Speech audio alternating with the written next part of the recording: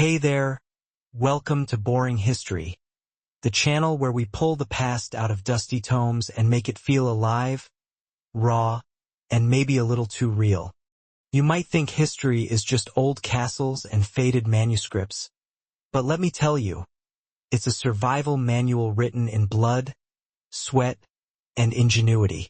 Today, we're stepping into the medieval world. Not the one with shining knights and fairy tale feasts, but the gritty reality where winter could kill you faster than a blade, where a bad harvest meant empty bellies, and where danger didn't send a push notification. These folks didn't have Wi-Fi, supermarkets, or central heating. They had mud, fire, and their own sharp minds. And yet, they didn't just scrape by, they thrived, because they mastered skills we've long forgotten. So, grab a warm drink, settle in, and let's walk through 7 medieval survival tricks that could save your skin when the world starts feeling like 1325 all over again.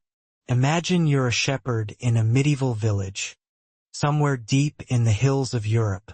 It's late autumn, and the wind's got a bite that makes your bones ache. You're miles from home, herding your flock across a valley so barren it looks like the earth itself gave up. You've got no tent, no sleeping bag, no emergency app on your phone. Just a wool cloak, a knife, and the stubborn will to see another sunrise. The cold's creeping in and you know a storm's coming. What do? You don't curse the weather or wish for a hotel. You reach for something as old as survival itself, grease.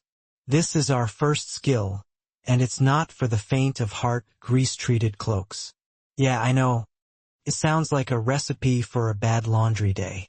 These cloaks reeked of smoke, sweat, and something you'd rather not name. But they weren't just clothes, they were armor against a world that wanted you dead. Picture the process. You've just butchered a sheep, not because you're throwing a barbecue, but because winter's knocking, and every piece of that animal has to earn its keep. The meat goes to the pot, the wool to the loom, the bones to the toolmaker. But the fat? That's your gold.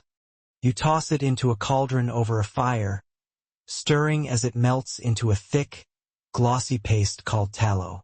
Then you take your cloak, heavy, woven wool, patched from years of hard use, and you rub that tallow in, working it into every thread. Maybe you mix in some ash or crushed bark to seal the fibers tighter. Your hands are slick. The smell's enough to make you gag. But when you're done, that cloak's transformed. Wind can't slice through it. Rain beads up and rolls off. Even soaked, it clings to your body heat like a loyal dog. In today's terms, it's like a homemade Gore-Tex jacket, but with a twist. In a real pinch, you could scrape off that grease and eat it. That's right, your coat was also your emergency ration. This wasn't a one-off trick. Shepherds in places like the Scottish Highlands or the Pyrenees lived by this. They'd spend weeks in the wild, facing nights so cold your breath froze in your beard. No fancy insulators, no synthetic fabrics, just wool and fat. And it worked. These cloaks were windproof, semi-waterproof, and tough enough to shrug off thorns and rocks. Later, armies caught on, using waxed canvas or oiled wool for soldiers' gear. Sailors smeared fat on their boots to keep the ocean out. Compare that to your high-tech parka. Sure, it's got zippers and thermal lining, but what happens when it rips? When it melts by a fire? When you're stuck in a blizzard with no REI to save you? That medieval cloak didn't quit. It dried slow, it stank to high heaven, but it kept you alive.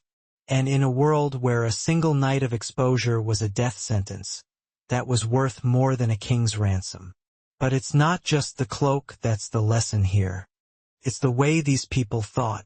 They didn't have a supply chain or a credit card. They had to make every scrap count. A sheep wasn't just food, it was warmth, shelter, survival. And that's what we've lost. The ability to look at something ordinary and see its hidden potential. So, as you're picturing that shepherd wrapping himself in his greasy cloak, think about this. Could you do it? Could you turn a handful of fat into a lifeline? Hold that question because we're about to get sneakier. Now, let's say you're not just cold. You're hungry, and you're not alone out there. Maybe it's a rival clan sniffing around, or a pack of wolves catching your scent. You need to eat, but a roaring fire's like waving a flag that says, "Come get me." Smoke curls up, flames flicker, and in the medieval world, that kind of spotlight could end with an arrow in your back. So what did they do? They didn't light a bonfire. They went underground. This is our second skill, and it's pure genius. The earth oven. Imagine you're in a forest clearing, heart pounding because you know someone's watching. You dig a pit, maybe a foot deep, and line it with stones you've scavenged from the riverbed. You build a fire right there in the hole, feeding it until those stones glow like embers. Then you rake out the coals. Wrap your food, some venison, a few roots, whatever you've got, in leaves or bark or a shell of clay and bury it. Cover it with dirt, smooth it over and walk away. No smoke, no glow. No sign you were ever there. Just the earth doing your cooking for you. This wasn't just about staying hidden. It was about making every resource stretch. Wood was scarce in winter, and you couldn't waste it on a fire that burned all day. But an earth oven? One blaze could cook for hours, even overnight, without needing a single extra stick. You could go hunt, set traps, or keep watch while your meal simmered underground. When you came back, you'd brush away the dirt, and there it was, steaming, tender, ready to eat.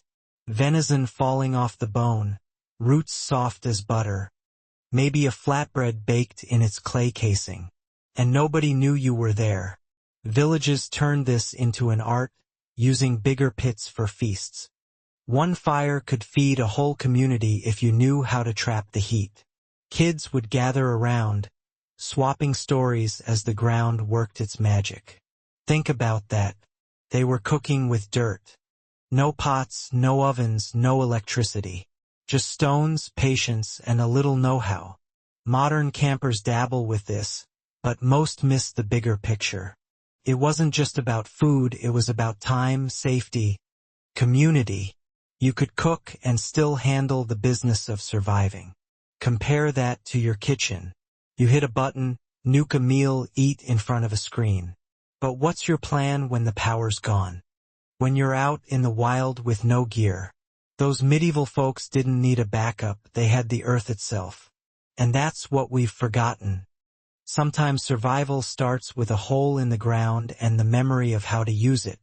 Speaking of memory, let's talk about what happens when things go wrong. You're out in the wild, and you've just sliced your hand on a jagged rock. Blood's dripping, and there's no hospital, no urgent care, not even a Band-Aid.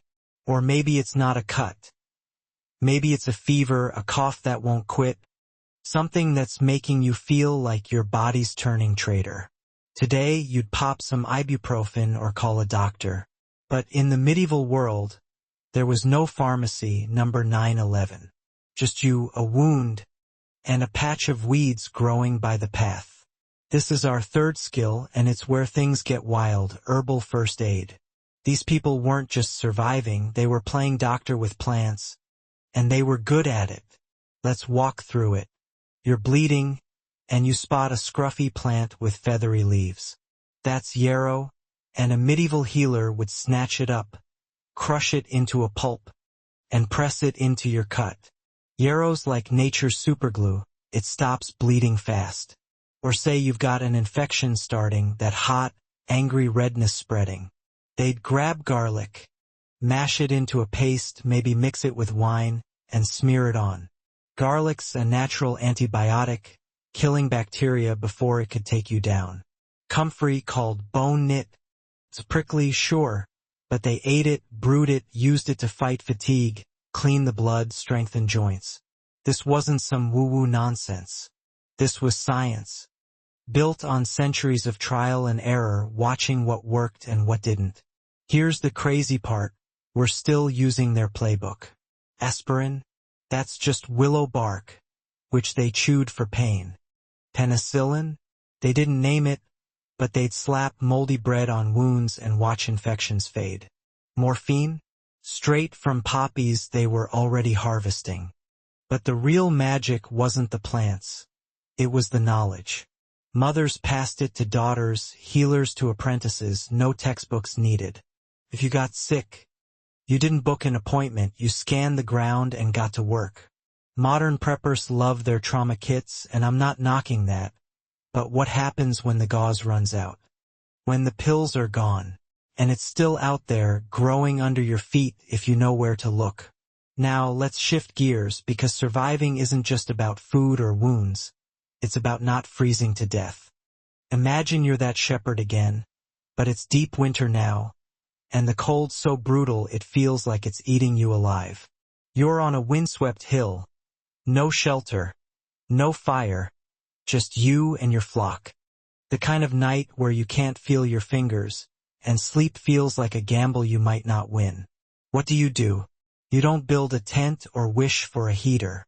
You crawl between two sheep, pull a lamb against your chest, and tie a wool cord around the whole bundle to keep it tight. This is our fourth skill, body heat nesting.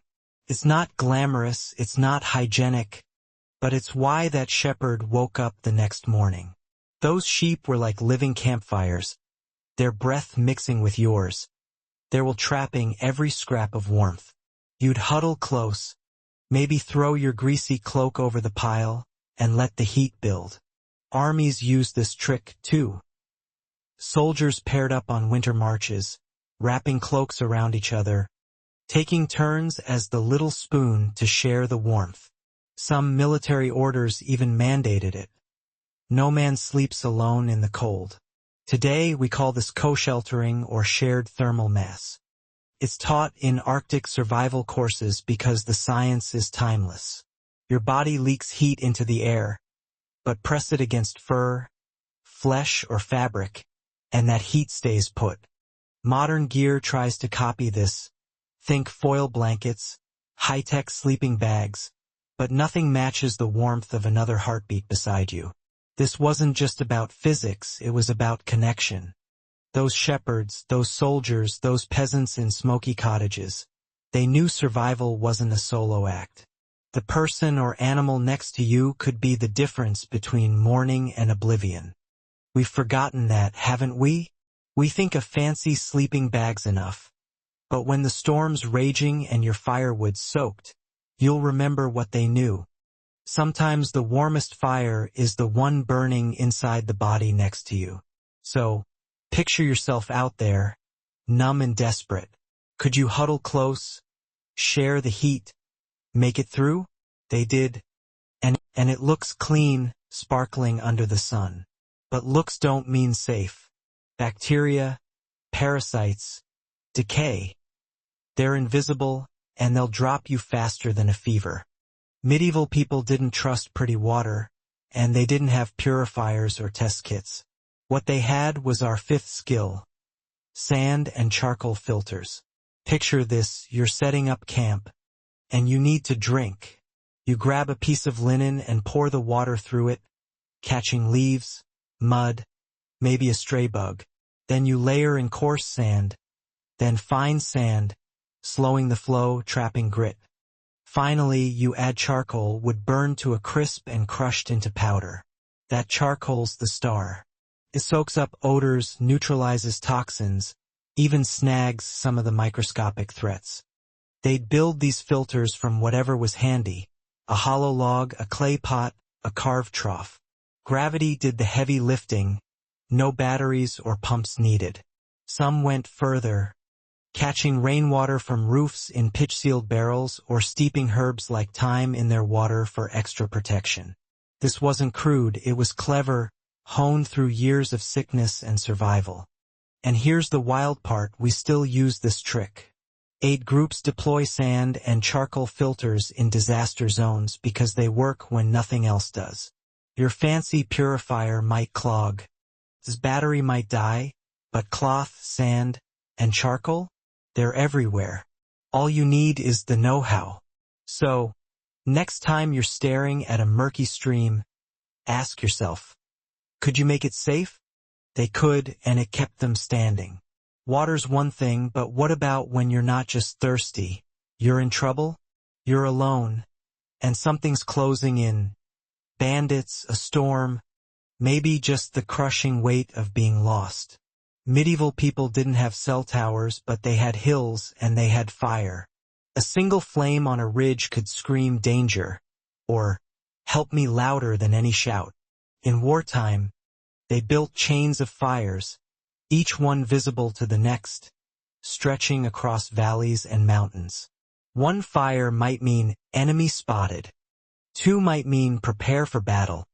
Smoke was the real art, dry grass and twigs for a hot, clear blaze, then green leaves or wet moss for thick, white clouds that could be seen for miles. Each puff or column was a code, a language carved in the sky. This wasn't just for soldiers. Shepherds used smoke to call neighbors. Villagers signaled for help or announced gatherings. It was simple, reliable, and didn't need a signal bar. Modern survival guides still teach it because tech fails. Satellites crash, phones die, but fire doesn't. Imagine you're out there, cut off, desperate. Could you light a fire, send a message, be seen? They could, and sometimes that plume of smoke wasn't just a signal. It was survival's voice, cutting through the silence. Now, let's talk about the dark. When the sun dropped in a medieval village, the world went black. No streetlights, no flashlights, just you and the cold pressing in.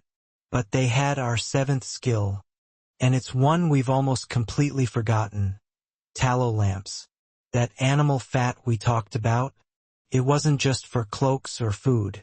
They boiled it, strained it, and turned it into light. You twist a scrap of linen or a dried reed into a wick, dip it in tallow and set it ablaze. It wasn't bright, it wasn't sweet-smelling, but it burned slow, steady, enough to light a corner, warm your hands, maybe even cook a scrap of meat. In homes with no windows, no hearth, that flicker was the line between night and nothingness. Tallow was a multi-tool.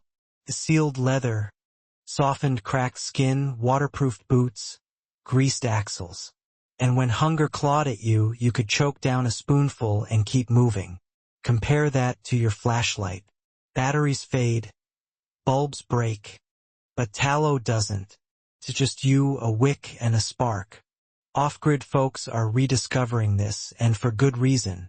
When the world goes dark, a jar of fat is light, warmth, and life all in one.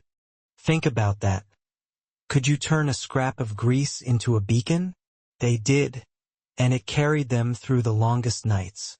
So here we are, standing at the edge of the past, looking back at 7 skills that kept people alive when the world was unforgiving. Grease-treated cloaks that laughed at storms. Earth ovens that cooked in secret. Herbal first aid that turned weeds into medicine. Body heat nesting that made warmth a team effort. Sand and charcoal filters that tamed wild water. Signal fires that spoke across miles. Tallow lamps that pushed back the dark. None of these needed tech, money, or luck. Just dirt, fire, and memory. These people weren't smarter than us, but they were tougher, sharper, because they had to be. They didn't survive by owning the best gear. They survived by knowing the world around them and bending it to their will. We like to think we're untouchable with our gadgets and grids. But what happens when it all blinks out? When the screen goes black, and it's just you against the cold. That's when you'll wish you remembered what they knew. Survival isn't about what you buy. It's about what you carry in your head, what you see in the dirt at your feet. So, I want to hear from you. Which of these skills would you try first? That greasy cloak? The hidden oven?